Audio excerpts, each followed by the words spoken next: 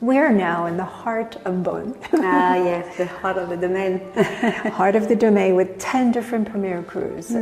So they're, with so many, give us a little bit of background of the size and how you blend and... Yes, it's true that we have to remind that our domain is composed of 21 hectares of Beaune, which is almost a third of our whole parcels and surface. So, and also because this is the place where everything started as well. So talking about our 10 different cuvées of Beaune is really important for us and for me, because we have 16 different climats in Beaune, on the area of Beaune, on the 42 that the appellation has.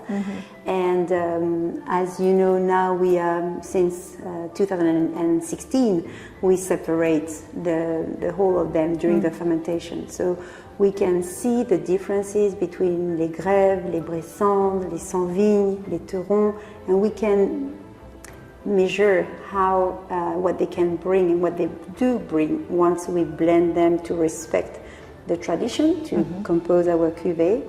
But it's true that doing this we can play, and we almost have, let's say, two groups inside our Beaune thanks to these blends, but also the strongness of the identity of our terroir.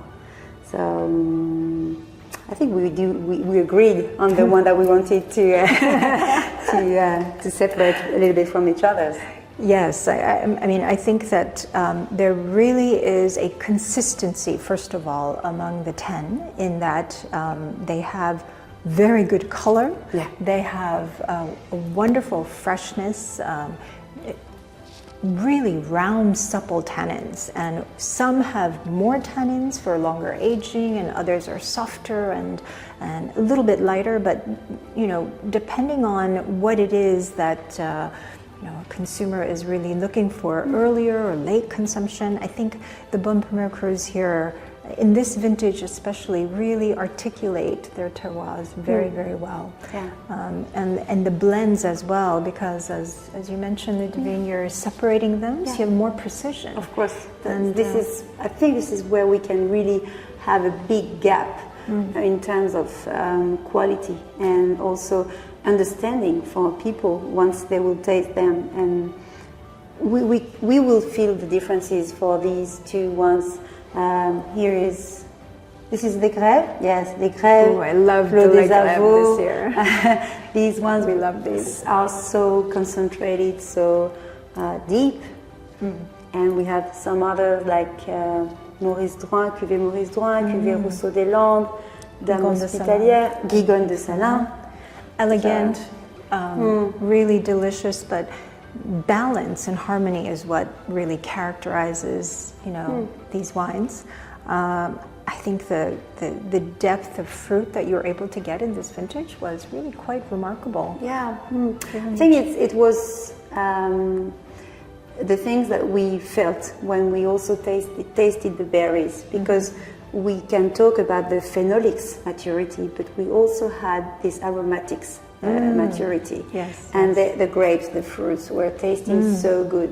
It means that now that we have, we managed to trap them inside, doing a very long maceration, cold maceration before the ferment to start. So this is one of the ways to be very respectful of this freshness and this strongness of aromatics. So to me, the process also of the winemaking is probably also a part of responsible for getting to these kind of purity in terms of aromatics. Wonderful. Even if there are differences.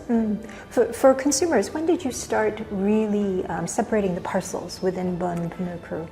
We started in 2016 because you know, 15 was my first year here. So I first really looked at what we used to do here, but it was something not really logical to me, because I have always known about making wine, separating the parcels. So it couldn't make any sense to me to blend them in grapes, because sometimes you can have almost a week between Beaune Bressant and Beaune Teron, and you have some cuvées where you have the both of them. So there was no point to blend them in grapes. So the really start of changing this approach was in 16, and to me that was probably the best and the biggest gap that we managed to prove now in our wines so far. Yes, I think this particular attention to detail and to the parcels makes a huge difference, and I think many people may not know, but Ludovine is also a master blender too. Cheers.